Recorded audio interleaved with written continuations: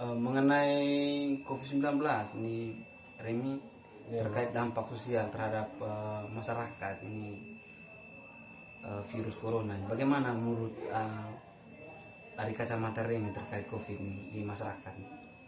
Begini bro, di tengah situasi pandemi ini Iya. kita lihat berbagai perubahan terjadi di masyarakat. Tentunya tidak lepas dari bagaimana kita lihat masyarakat sekarang banyak terjadi perubahan sosial, termasuk di mana pandemi telah menyebabkan perubahan sosial yang tidak direncanakan. Perubahan sosial yang terjadi secara sporadis atau secara tiba-tiba dan tidak merata. Kemudian tidak dikehendaki kehadirannya oleh masyarakat. Iya. Kondisi kehadiran masyarakat yang belum siap menerima perubahan akibat pandemi COVID-19 ini tentu dapat menggoyahkan nilai dan norma sosial yang telah berkembang yang dianut oleh masyarakat selama ini. Begini teman Remi, ini apa yang disampaikan teman Remi tadi terkait dengan kehadiran corona ini secara tiba-tiba dan tidak merata, dan memang benar adanya di mana kan sebelumnya kita ini, apalagi kita sebagai mahasiswa ini, pada saat itu kan kuliahnya itu sangat aktif sekali. Dan proses perkuliahan itu sangat baik. Nah, dengan adanya corona ini datang secara tiba-tiba itu membuat mahasiswa itu gelisah, di mana mental mahasiswa itu tidak teruji dan sistem pendidikannya juga kurang baik. Kurang efektif itu lagi. disebabkan oleh virus corona ini. Ya, itu. Memang sangat berbahaya sekali dan dampaknya itu sangat luas, baik dampak ke pendidikan, terus ekonomi, sosial, budaya, pokoknya dan banyak masih lah. lainnya gitu. Memang harus diakui bahwa dampak pandemi COVID-19 telah memaksa komunitas masyarakat harus adaptif terhadap berbagai bentuk perubahan sosial yang diakibatkan oleh pandemi COVID-19 ini. Terkait perubahan sosial yang disampaikan Remi tadi itu memang betul. Di mana itu kehidupan sosial di masyarakat kan, apalagi di NTT itu banyak tradisi-tradisi atau adat di mana ketika bertemu itu ada yang melakukan jabat tangan, terus ada yang cium hidung. Nah, dengan adanya corona ini, apa yang menjadi kebiasaan masyarakat itu mulai berubah. sudah mulai hilang. Hilang di tengah, iya. Dan sebenarnya proses ini tradisi ini tidak boleh dihilangkan, karena ini menjadi bagian dari keturunan dari nenek moyang dulu. Karena COVID-19 ini, apa yang menjadi tradisi dulu dan sampai sekarang itu bisa ambruk lah. Iya, Kasihan juga. Masa pandemi ini harus dipaksa di mana untuk disesuaikan dengan standar protokol kesehatan. Sebab pandemi COVID-19 telah menginfeksi seluruh aspek tatanan kehidupan dalam masyarakat yang selama ini telah diinternalisasi secara terlembaga melalui rutinitas yang terpola dan berulang. Kemudian masyarakat diimbau dari pemerintah untuk belajar, bekerja, dan beribadah di rumah saja.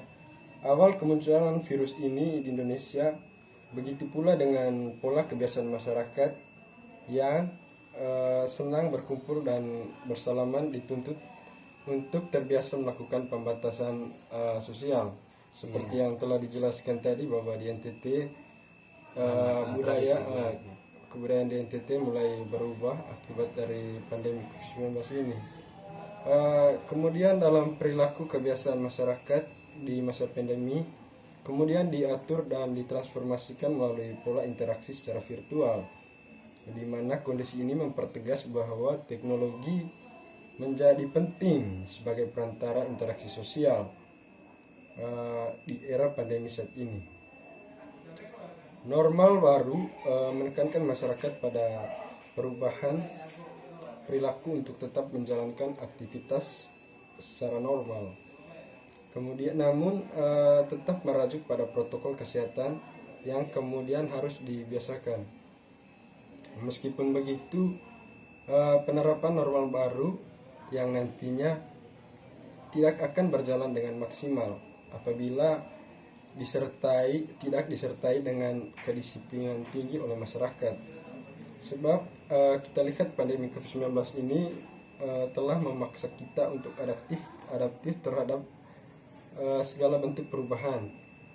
Begitupun juga hidup normal baru bisa saja akan menjadi model budaya baru di masa mendatang, di mana yang tadi sudah Om April jelaskan bahwa kebudayaan di NTT yang dulunya di mana kalau bertemu sesama itu ada jabat tangan, cium hidung, yang mungkin berubah karena akibat dari virus berterus-terus nih virus, memang betul. Memang kalau itu dipertahankan, kalau itu sudah diubah, lama kelamaan itu akan menjadi budaya di masyarakat. Di mana kebudayaan yang dulu menjadi hilang akibat dari virus corona ini. Memang apa yang disampaikan oleh teman Remy tadi, bahwa peran teknologi di situasi COVID-19 ini sangat penting. Memang benar sekali itu. Bahkan yang kita lihat kan ini dalam proses perkuliahan itu peran teknologi itu sangat penting, sangat besar sekali. Di mana mahasiswa itu kuliah melalui kuliah daring, dan teknologi itu sangat penting.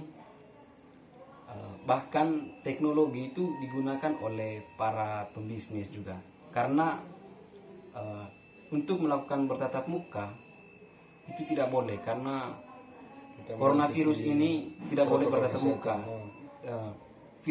Coronavirus ini dia tertular itu bisa melalui jabat tangan. Sangat memprihatinkan ketika kedua belah pihak itu bertemu secara langsung gitu.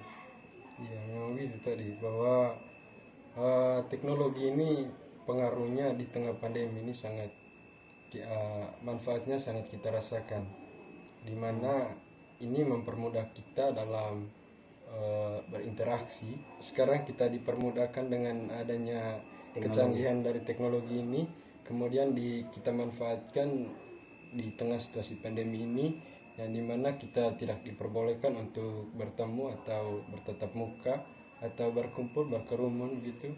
Jadi kehadiran handphone ini sangat kita rasakan manfaatnya di tengah situasi ini. Ya, memang betul teman Remy, memang teknologi sangat penting. Tetapi dalam proses pertemuan melalui teknologi itu kita harus membutuhkan yang namanya uang juga. Nah, dalam situasi COVID ini untuk mencari kebutuhan hidup saja itu sangat susah, apalagi dalam proses perkuliahan kita ini membutuhkan pulsa. Nah, pulsa ini kita boleh menggunakan uang. Jadi memang sangat rumit sih. Tetapi kita sebagai manusia itu kita harus berusaha, dan kita patut akui bahwa pada pemerintah sekarang juga kita berperan membantu kita, di mana adanya internet gratis yang sekarang disediakan oleh Kementerian Pendidikan sekarang ini sangat membantu. Itu sangat membantu kita. Ya, tergantung dari mahasiswanya bagaimana cara menggunakan internet tersebut. Itu. Dan kita harus bangga kepada kedua orang tua kita juga, meskipun di situasi saat ini memang mereka juga mengeluh, tetapi mereka sangat menguatkan dirinya demi nasib kita sebagai anak ini. Itu sudah. Memang sekarang ini kan pemerintah membatasi semua kegiatan dari masyarakat toh. Jadi dengan segala keterbatasan serta yang dihadapi pemerintah dalam penanganan COVID-19 ini, pemerintah kita harapkan perlu untuk memahami dan mendukung metode work for home yang dijalani ASN. Dengan memanfaatkan media teknologi yang seperti yang sudah kita jelaskan tadi, bahwa teknologi secara daring dan media lainnya yang sesuai dengan internet yang ada di masing-masing satuan pendidikan. Salah satu pemanfaatan teknologi adalah memenuhi kebutuhan rumah tangga melalui online shop, di mana untuk untuk memperoleh pendapatan dari ibu rumah tangga. Sekarang ini kan kita tidak bisa bekerja toh. Jadi media digunakan oleh ibu rumah tangga untuk itu tadi melalui online shop, karena di zaman yang modern ini kita bisa berbelanja melalui online shop. Dengan online shop kita bisa berbelanja peralatan rumah tangga, lalu bisa juga membayar tagihan listrik dan tagihan lainnya. Selain itu, COVID-19 telah mengubah yang tadinya biasa berbelanja di toko offline, sekarang Bisa melalui online. melalui online gitu. Kini masyarakat mulai beralih ya ke toko online shop karena itu memudahkan konsumen dan banyak keuntungan yang didapatkan konsumen tersebut. Dengan pemanfaatan tersebut, semoga penyebaran COVID-19 dapat segera mereda dan bahkan menghilang dari dunia ini. Karena semenjak ini bisa hilang dari dunia. Iya, karena kita lihat semenjak kedatangan COVID-19 ini, berbagai aspek perubahan sosial di Indonesia menjadi sedikit memudar.